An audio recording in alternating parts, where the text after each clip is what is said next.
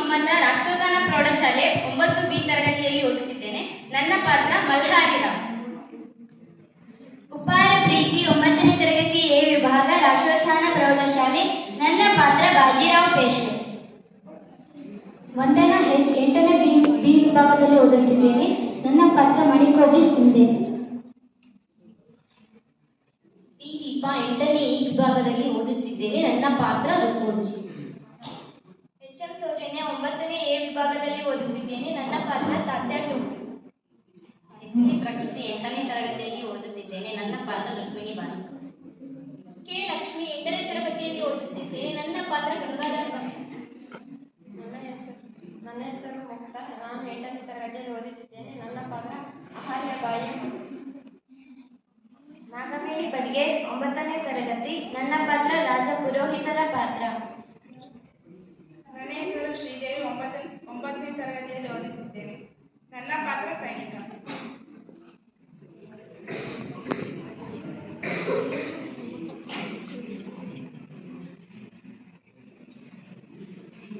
ನನ್ನ ಹೆಸರು ಸಿಂಚನ ರಜಿ 8B ವಿಭಾಗದಲ್ಲಿ ಓದುತ್ತಿದ್ದೇನೆ. ನನ್ನ ಪಾತ್ರ ಮಣಿಕೋಜಿಯವರ ಹೆಂಡತಿ. ನನ್ನ ಹೆಸರು ಎಸ್ ಕವನ 8ನೇ ತರಗತಿಯಲ್ಲಿ ಓದುತ್ತಿದ್ದೇನೆ. ನನ್ನ ಪಾತ್ರ ಸಹಾಯಕಿ. ನನ್ನ ಹೆಸರು ಐಶ್ವರ್ಯ. ನಾನು 8ನೇ ತರಗತಿಯಲ್ಲಿ ಓದುತ್ತಿದ್ದೇನೆ. ನನ್ನ ಪಾತ್ರ ಪೋಷಣೆ. ನನ್ನ ಹೆಸರು ಮಂಗಳ ಗೌರಿ. ನಾನು 8ನೇ ತರಗತಿಯಲ್ಲಿ ಓದುತ್ತಿದ್ದೇನೆ. ಗಾನೋಜಿ. ನನ್ನ ಹೆಸರು ನನ್ನ ಪಾತ್ರ ಗಂಡೋರು. ನನ್ನ ಹೆಸರು ಜಿ.ಕೆ. ಸಿಂಚನ 9B ವಿಭಾಗದಲ್ಲಿ ಓದುತ್ತಿದ್ದೆ. ನನ್ನ ಪಾತ್ರ ಸೈನಿಕ.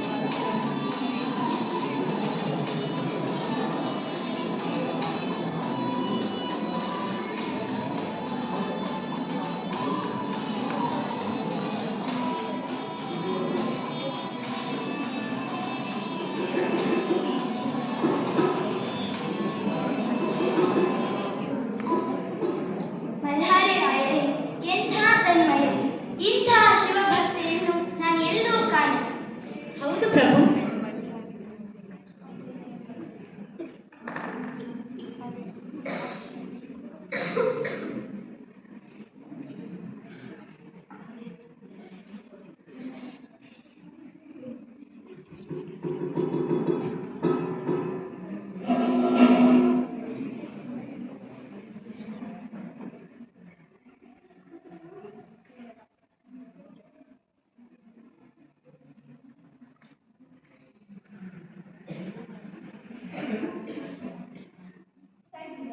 ನನ್ನೊಡನೆ ಕತ್ತೀವರಕ್ಕೆ ಅಭ್ಯಾಸವನ್ನು ಮುಂದುವರೆಸುತ್ತಾರೆ.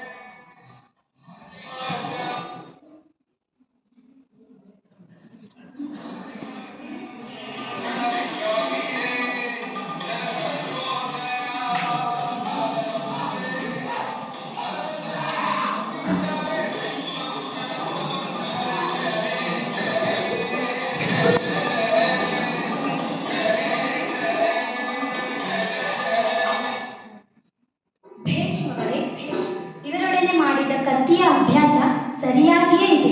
ಆದರೆ ನೀನು ನನ್ನ ಜೊತೆ ಕತ್ತಿಯ ಅಭ್ಯಾಸವನ್ನು ಮುಂದುವರಿಸು. ಹಾಗೇ ಆಗಲಿ ಅಪ್ಪಾಜಿ. ನಿಮ್ಮಿಂದ ಕತ್ತೀವರಸೆ ಕಲಿಯುವುದು ಬಹಳಷ್ಟಿದೆ.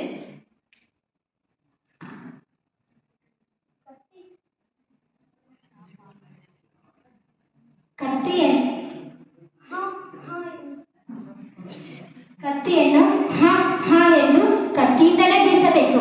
ಕತ್ತಿಯನ್ನು ಕತ್ತಿಯಿಂದಲೇ ಕರೆಯಬೇಕು, ತಿಳಿಯಿತೆ?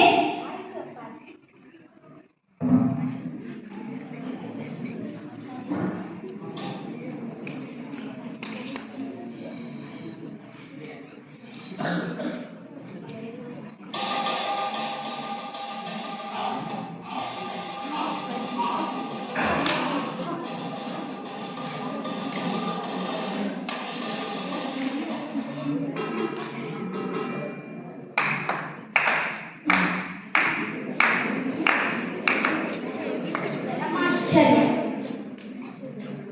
ಮಗಳೇ ಅಹಲ್ಯ, ಇವರು ನಮ್ಮ ನಾಡನ್ನಾಳುವ ದೊರೆಗಳು. ಬಾಜಿರಾವ್ ಪೇಶ್ವೆಯವರು, ಅವರ ಜೊತೆಯಲ್ಲಿರುವವರು ಮರಾಠ ಸಾಮ್ರಾಜ್ಯದ ದಂಡನಾಯಕರಾದ ಮಲ್ಹಾರಿ ರಾಯರು.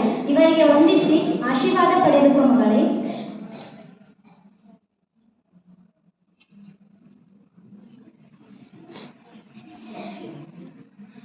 ಚೌಟಿ ಗ್ರಾಮದ ಪಟೇಲರು ಮಾಣಿಕೋಜಿ ಸೀತೆಯವರೇ, ಕ್ಷೇಮವೇ? ಕ್ಷೇಮ ಮಹಾಪ್ರಭು. ನಾವು ಮಂಡಸೂರು ಪರಗಣಿಯನ್ನು ಗೆದ್ದು ಹೀಗೆ ಮಾರ್ಗ ಮಧ್ಯದಲ್ಲಿ ಹಿಂದಿರುಗುವಾಗ ಈ ಊರಿನ ಪಕ್ಕದಲ್ಲಿ ಬೀಡು ಬಿಟ್ಟಿದ್ದೆವು. ಈ ವೀರಕೋರಿಯ ಶಸ್ತ್ರಾಭ್ಯಾಸವನ್ನು ನೋಡಿ ನಿಂತೆವು. ಮಾಣಿಕೋಜಿಯವರೇ, ಯಾರೇ ಬಾಲಕಿ? ನನ್ನ ಹೆಸರು ಅಹಲ್ಯಾಬಾಯಿ, ಮಣಕೋಜಿಯವರ ಮಗಳು. ಭಲೆ ಮಗಳೇ ಭಲೆ, ಇನ್ನ ಕತ್ತಿ ವರಸೆಯನ್ನು ನೋಡಿ ನಾವೇ ಬೆರಗಾಗಿ ಬಿಟ್ಟೆವು. ಮಾಣಿಕೋಜಿಯವರೇ, ನಿಮ್ಮ ಮಗಳನ್ನು ನೋಡಿದರೆ ನಮಗೆ ಹೆಮ್ಮೆ ಅನಿಸುತ್ತದೆ. ಬೇರೆ ಇನ್ನೇನನ್ನು ಅಭ್ಯಾಸ ಮಾಡಿರುವೆಯಮ್ಮ? ಕುಸ್ತಿ, ಈಜು, ಬಿಲ್ವಿದ್ಯೆ ನನಗೆ ಎಲ್ಲ ಗೊತ್ತು. ನಿನಗೆ ಸಂಗೀತ ಬರುತ್ತದೆಯೇ? ಸ್ವಲ್ಪ ಸ್ವಲ್ಪ ಕಲಿಯುತ್ತಿದ್ದೇನೆ. ನಿನ್ನ ತಂದೆಯವರು ನಿನಗೆ ಶಸ್ತ್ರಾಭ್ಯಾಸವನ್ನು ಹೇಳಿಕೊಡುತ್ತಿದ್ದಾರೆ. ನಿನ್ನ ತಾಯಿಯವರು ನಿನಗೆ ಏನನ್ನು ಹೇಳಿದ್ದಾರೆ? ಹುಟ್ಟಿದ ಮನೆಗೆ ಕೀರ್ತಿಯನ್ನು, ಸೇರಿದ ಮನೆಗೆ ಬೆಳಕಾಗಿ ಬಾಳುವ ರೀತಿಯನ್ನು ಹೇಳಿಕೊಟ್ಟಿದ್ದಾರೆ. ಭಲೆ ಮಗಳೇ ಭಲೆ, ನಿನ್ನ ಮುಂದಿನ ಗುರಿ ಮಹತ್ವದ್ದಿರಬೇಕು. ನಿನ್ನ ನಿಜ ಆಕಾಂಕ್ಷೆ ಏನು? ಸರ್ವರಲ್ಲೂ ಸಮಾನತೆ ಕಾಣಬೇಕು. ಸಮಾಜದ ಮೇಲು ಕೀಳುಗಳನ್ನು ತೊಲಗಿಸಲು ಪ್ರಯತ್ನಿಸುತ್ತಿದ್ದೇನೆ ಮತ್ತು ಸ್ತ್ರೀ ಸೇನೆ ಕಟ್ಟಿ ನಾಡನ್ನಾಳುತ್ತೇನೆ. ಭೇಷ್ ಮಗಳೇ ಭೇಷ್. ವಯಸ್ಸಿಗೆ ಮೀರಿದ ಆಕಾಂಕ್ಷೆ ಮತ್ತು ವಯಸ್ಸಿಗೆ ಮೀರಿದ ತಿಳುವಳಿಕೆ. ಮಾಣಿಕೋಜಿಯವರೇ, ಇಂಥ ಮಗಳನ್ನು ಪಡೆದ ನೀವೇ ಧನ್ಯರು. ಅಂದ ಹಾಗೆ ಮಲ್ಹಾರಿ ರಾಯರೇ, ನಿಮಗೊಬ್ಬ ಮಗನಿರಬೇಕಲ್ಲವೇ? ಇದ್ದಾನೆ ಪ್ರಭು, ಹೆಸರು ಖಂಡೇರಾಯ. ನಿಮ್ಮ ಮಗಳಿಗೆ ಇನ್ನು ವಿವಾಹ ಆಗಿಲ್ಲವೇ?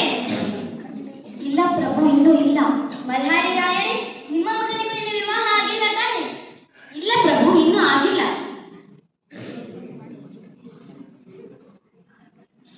ಅಹಲ್ಯ, ನಿನಗೆ ಮದುವೆಯಾಗುವ ಇಚ್ಛೆ ಇದೆ?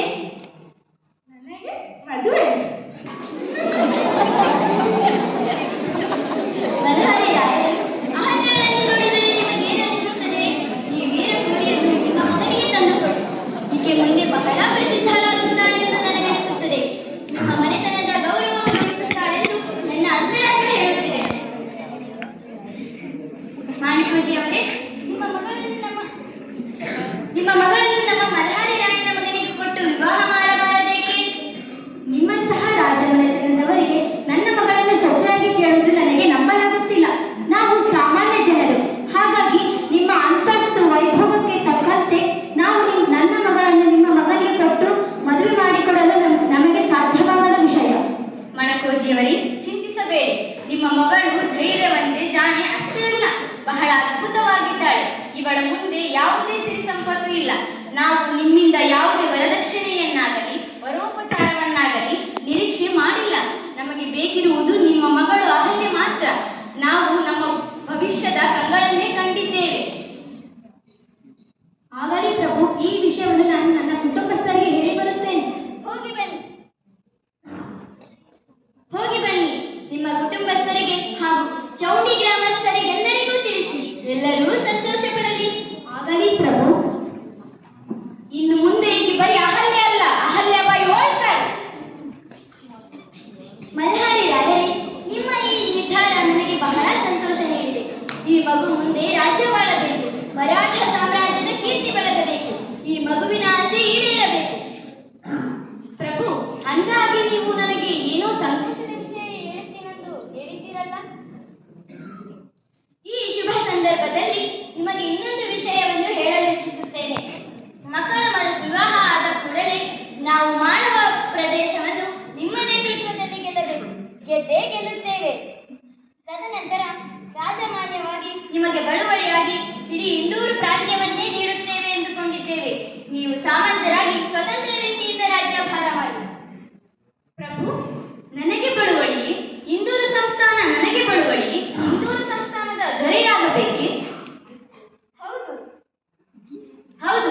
ಇಂದೂರು ಸಂಸ್ಥಾನದ ದೊರೆ ಮಾತ್ರ ಅಲ್ಲ, ಇಡೀ ಮರಾಠ ಸಾಮ್ರಾಜ್ಯದ ಸೇನೆಯ ದಂಡನಾಯಕ ಕೂಡ. ನೀವು ಇಲ್ಲಿಯವರೆಗೆ ಸಲ್ಲಿಸಿರುವ ಸ್ವಾಮಿ ನಿಷ್ಠೆಗೆ ಇಂದೂರು ಸಂಸ್ಥಾನಕ್ಕೆ ನೀವು ನಿಜ ಪಾತ್ರರು. ಧನ್ಯನಾದೆ ಪ್ರಭು, ಧನ್ಯನಾದೆ. ನಿಮ್ಮ ಈ ಕೊಡುಗೆಯನ್ನು ನಾನು ಕನಸಿನಲ್ಲಿಯೂ ಎಣಿಸಿರಲಿಲ್ಲ. ಇದು ನನ್ನ ಭಾಗ್ಯ ಎಂದು ತಿಳಿದುಕೊಂಡು ನಿಷ್ಠೆಯಿಂದ ರಾಜ್ಯಭಾರ ಮಾಡುತ್ತೇನೆ ಪ್ರಭು. ಅಷ್ಟೇ ಅಲ್ಲ ಮಲ್ಹಾರಿ ರಾಯರೇ, ಅಹಲ್ಯೆಯ ಮದುವೆಯ ಸಂದರ್ಭದಲ್ಲಿ ಹಿಂದಿನ ಮಹಿಷ್ಮತಿ, ಇಂದಿನ ಮಹೇಶ್ವರ ಪರಗಣ ಎಂಬ ಜಹಗೀರಾಗಿ ನೀಡುತ್ತೇವೆ. ಅದರಿಂದ ಬರುವ ಆದಾಯವನ್ನು ಜನರ ಹಿತಕ್ಕಾಗಿ ಬಳಸುವಂತಾಗಲಿ. ಪೇಶ್ವೆಯವರೇ, ನಿಮ್ಮ ಹೃದಯವಂತಿಕೆಯನ್ನು ಕಂಡು ನನ್ನನ್ನು ನಿಮ್ಮ ಚರಣ ಸೇವಕನನ್ನಾಗಿ ಪರಿವರ್ತಿಸಿದ್ದೀರಿ. ಈಕೆ ಬರೀ ಅಹಲ್ಯ ನನ್ನ ಮನೆಯ ಭಾಗ್ಯಲಕ್ಷ್ಮಿ. ನಾನು ನನ್ನ ಜೀವ ಇರುವವರೆಗೂ ನಾನು ನಿಮ್ಮ ನಿಷ್ಠ ಸೇವಕ.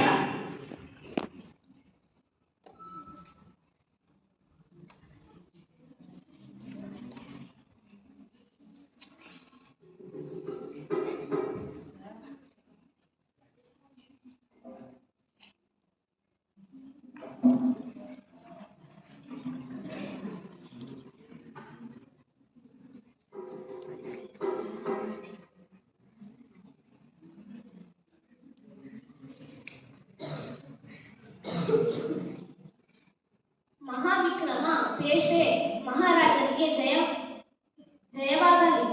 ಜಯವಾಗಲಿ, ಜಯವಾಗಲಿ. ರುಕ್ಮಿಣಿ ಬಾಯಿಯವರಿಗೆ ಜಯವಾಗಲಿ, ಜಯವಾಗಲಿ. ಮಣಿಕೋದಿ ಸಿಂಧಿಯವರಿಗೆ ಜಯವಾಗಲಿ, ಜಯವಾಗಲಿ. ಮಹಾರಾಣಿಯವರಿಗೆ ಜಯವಾಗಲಿ, ಜಯವಾಗಲಿ. ಅಹಲ್ಯಬಾಯಿಯವರಿಗೆ ಜಯವಾಗಲಿ, ಜಯವಾಗಲಿ. ಕಡ್ಡೆರಾಯರಿಗೆ ಜಯವಾಗಲಿ, ಜಯವಾಗಲಿ. ಮಲ್ಲಾರಿ ರಾಯರಿಗೆ ಜಯವಾಗಲಿ, ಜಯವಾಗಲಿ.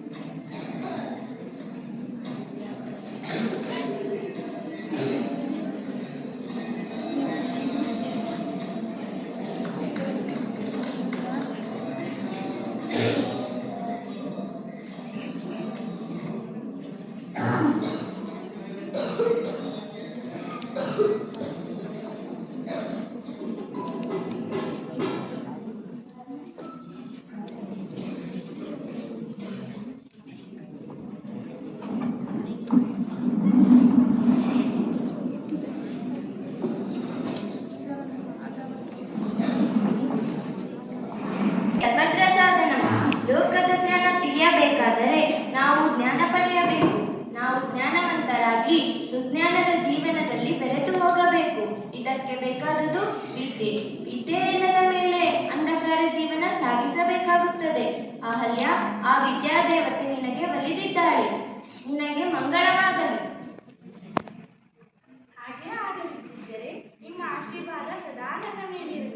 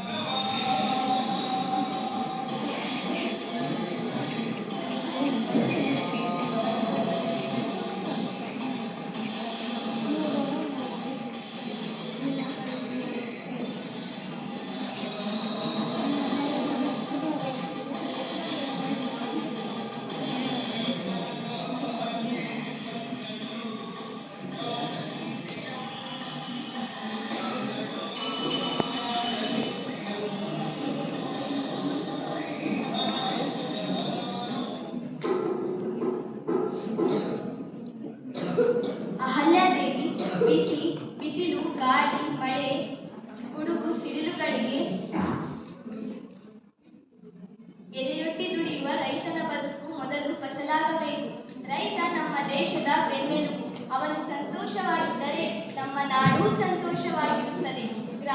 ಸಕಲ ಗ್ರಾಮಾಭಿವೃದ್ಧಿಯಾಗಬೇಕು, ನಿರುದ್ಯೋಗ ನಿವಾರಣೆಯಾಗಬೇಕು.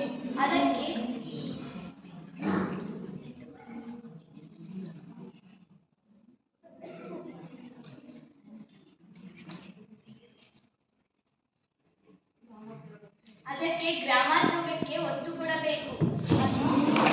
ಚಳಿ, ಗಾಳಿ, ಮಳೆ, ಗುಡುಗು ಸಿಡಿಲುಗಳಿಗೆ ಎದೆಯೊಡ್ಡಿ ದುಡಿಯುವ ರೈತನ ಬದುಕು ಮೊದಲು ಬದಲಾಗಬೇಕು.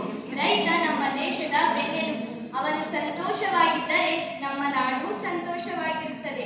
ಸಕಲ ಗ್ರಾಮಾಭಿವೃದ್ಧಿಯಾಗಬೇಕು, ನಿರುದ್ಯೋಗ ನಿವಾರಣೆಯಾಗಬೇಕು. ಗ್ರಾಮೋದ್ಯೋಗಕ್ಕೆ ಒತ್ತು ಕೊಟ್ಟು ಗ್ರಾಮೋದ್ಯೋಗಕ್ಕೆ ಹೆಚ್ಚು ಒತ್ತು ಕೊಡಬೇಕು. ಆಗ ನಮ್ಮ ನಾಡು ಸುಭಿಕ್ಷವಾಗಿರುತ್ತದೆ. ನಾಡು ಸುಭಿಕ್ಷವಾಗಿದ್ದರೆ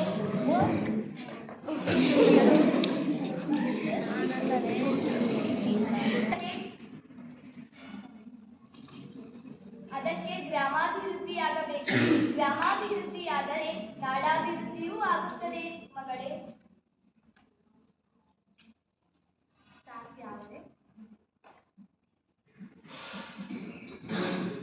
ಯೋಗವನ್ನು ಎಂಬ ದಿವ್ಯ ಜ್ಞಾನವನ್ನು ನನಗೆ ಹೇಳಿಕೊಟ್ಟಿದ್ದೀರಿ ತ್ಯಾಜ್ಯ.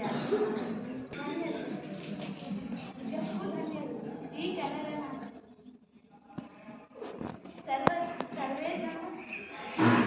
ಸುಖಿನೋ ಭವಂತು ಎಂಬ ದಿವ್ಯ ಜ್ಞಾನವನ್ನು ನನಗೆ ಹೇಳಿಕೊಟ್ಟಿದ್ದೀರಿ ತ್ಯಾಜ್ಯಾಜಿ.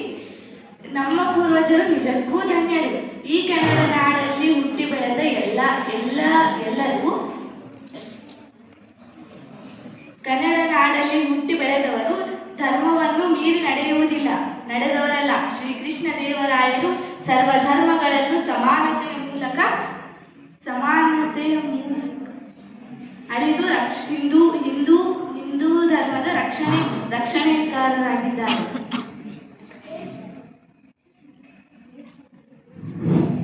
ಭೇಷ್ ಮಗಳೇ ಭೇಷ್. ನೀನು ಭಾರತ ರತ್ನವಾಗಿ ಬೆಳೆಯಬೇಕೆಂಬುದು ನನ್ನ ಆಸೆ.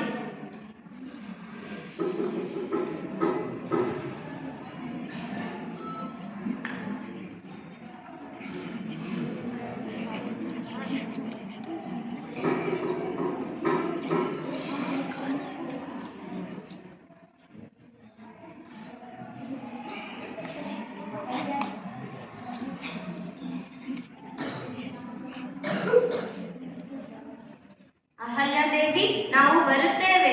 ಇಂದಿನಂತೆಯೇ ನಾಳೆಯೂ ಬರುತ್ತೇವೆ. ಪ್ರಣಾಮಗಳು.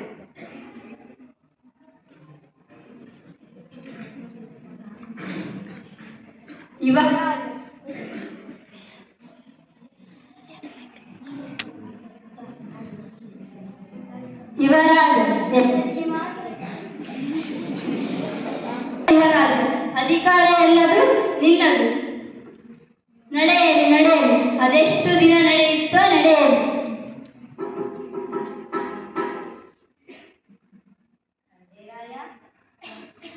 ಪೀತಾಜಿಯವರು ಬರಬೇಕು.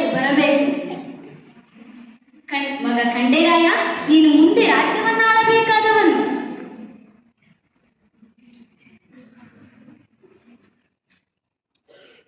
ಯಾವ ನನ್ನ ಪಾಪಕರ್ಮದ ಫಲವಾಗಿ ನಿನ್ನನ್ನು ಹೆತ್ತೆನೋ ಖಂಡೇರಾಯ.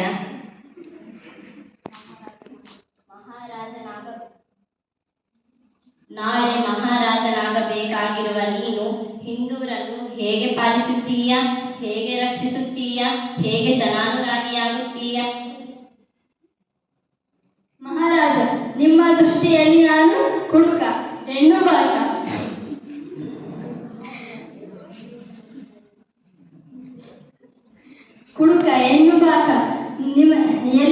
ಎಲ್ಲಿಂದಲೋ ಬಂದ ಈ ಅಲೆಗೆ ಆಧಾರವಾದ ಗೌರವ. ನಡೆಯಲಿ. ಮಗನೆಂಬ ಮಮಕಾರವಿಲ್ಲ. ನಾನೇನು ನನ್ನ ವ್ಯಕ್ತಿತ್ವವೇನು ಎಂದು ಎಲ್ಲರಿಗೂ ತೋರಿಸುತ್ತೇನೆ.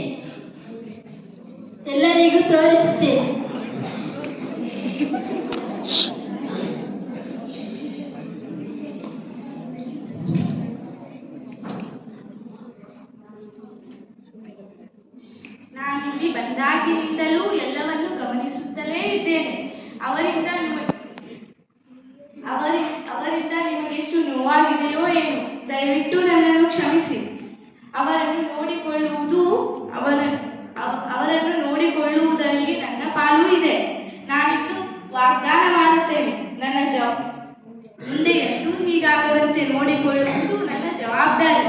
ನಿಮ್ಮ ಋಣ ತೀರಿಸಲು ನನಗೊಂದು ಅವಕಾಶ ನೀಡಿ. ಬನ್ನಿ, ವಿಶ್ರಾಂತಿ ತೆಗೆದುಕೊಳ್ಳಿ. ಇನ್ನೆಲ್ಲಿ ವಿಶ್ರಾಂತಿ?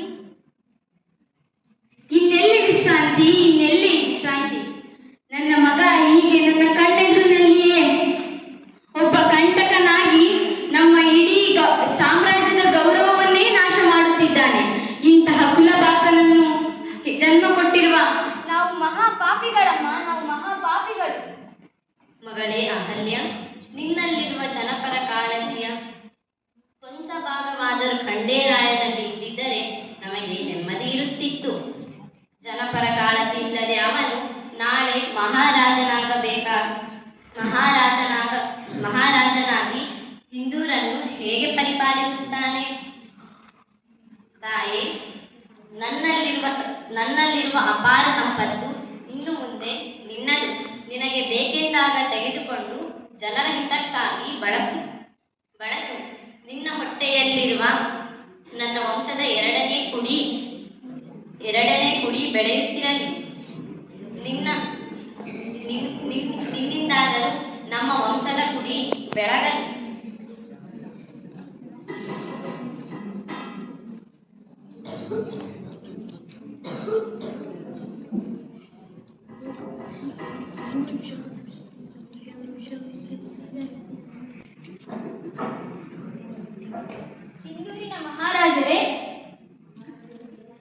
ಇಂದೂರಿನ ಮಹಾರಾಜರಿಗೆ ಏನಾಗಿದೆ? ಸಕಲ ಆಡಳಿತವನ್ನೆಲ್ಲ ನಿನ್ನೆ ಮೊನ್ನೆ ಪಂತರು ನೋಡಿಕೊಳ್ತಿದ್ದಾರಲ್ಲ, ಅಹಲ್ಯಗೆ ನೋಡಿಕೊಳ್ಳುತ್ತಿದ್ದಾರಲ್ಲ, ನಿಮ್ಮನ್ನು ಕೈಲಾಗದಂತೆ ನೋಡಿಕೊಳ್ಳುತ್ತಿದ್ದಾರಲ್ಲ.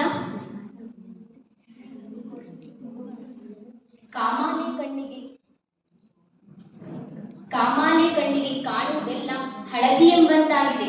ನಮ್ಮ ಪರಿಸ್ಥಿತಿ ಅವರ ದೃಷ್ಟಿಯಲ್ಲಿ ದರೋಡೆಗೋರರು, ಲಂಚಗೋರರು, ಪಿತೂರಿಗಳು. ಆ ಅಹಲ್ಯ ನನ್ನಿಂದ ಕಲಿತ ವಿದ್ಯೆಯನ್ನು ನನಗೆ ತಿರುಗುಬಾಣವಾಗಿ ಬಿಡುತ್ತಿದ್ದಾಳೆ. ಇದನ್ನು ಹೀಗೆಯೇ ಬಿಟ್ಟರೆ ಇದಕ್ಕೆ ಇದೇ ಶ್ರೀ ಆಡಲೇಬೇಕು. ಇತಿಶ್ರೀ ಅದು ಹೇಗ? ಅಹಲ್ಯ ಬನ್ನಿ. ಅಲ್ಲ, ತಾನೋಜಿ ರುಕೋಜಿ ಬನ್ನಿ.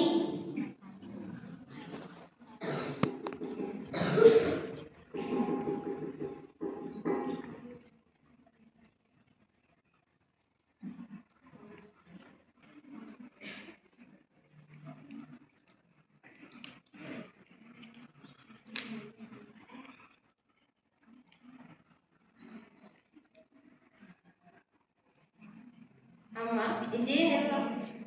ಮಗಳೇ, ಚಿಂತಿಸಬೇಡ. ಸಾಮ್ರಾಜ್ಯವೆಂದ ಮೇಲೆ ಇದೆಲ್ಲವೂ ಸಹಜವೇ. ಆಗಲಿ ಅಮ್ಮಾಜಿ.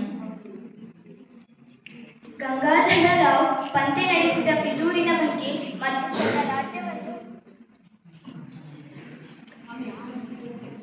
ತನ್ನ ರಾಜ್ಯವನ್ನು ಕಸಿದುಕೊಳ್ಳಲು ರಾಘೋಬಾನೊಂದಿಗೆ ಮಾಡಿಕೊಂಡ ಗಂಗಾಧರರಾವ್ ಪಂತೆ ನಡೆಸಿದ ಪಿತೂರಿನ ಬಗ್ಗೆ ಮತ್ತು ತನ್ನ ರಾಜ್ಯವನ್ನು ಕಸಿದುಕೊಳ್ಳಲು ರಾಘೋಬಾನೊಂದಿಗೆ ಮಾಡಿಕೊಂಡ ಒಪ್ಪಂದ ಅಹಲ್ಯಾಬಾಯಿಗೆ ಗೊತ್ತಾಗಿ 500 ಸ್ತ್ರೀ ಸೈನ್ಯಪಡೆಯನ್ನು ಸಿದ್ಧಗೊಳಿಸಿದಳು. ತನ್ನ ವಿರುದ್ಧ ಸಿಡಿದು ನಿಂತ ಎಲ್ಲಾ ಶತ್ರುಗಳನ್ನು ಗೆದ್ದು ರಾಜ್ಯಭಾರ ಮಾಡಿದಳು. ಖಂಡೇರಾಯನನ್ನು ಕಳೆದುಕೊಂಡ ಅವಳು ಸಹಗಮನಕ್ಕೂ ಸಿದ್ಧವಾಗಿದ್ದಳು. ಯುದ್ಧದಲ್ಲಿ ಮಗನನ್ನು ಕಳೆದುಕೊಂಡಳು.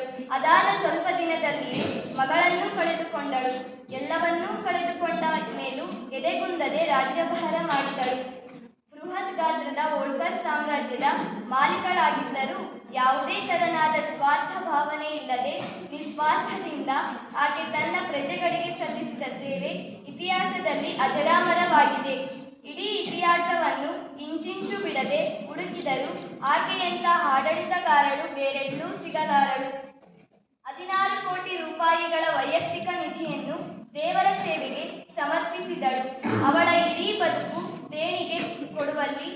ಮತ್ತು ಸೇವೆ ಮಾಡುವಲ್ಲಿ ತೊಳೆದು ಹೋಯಿತು.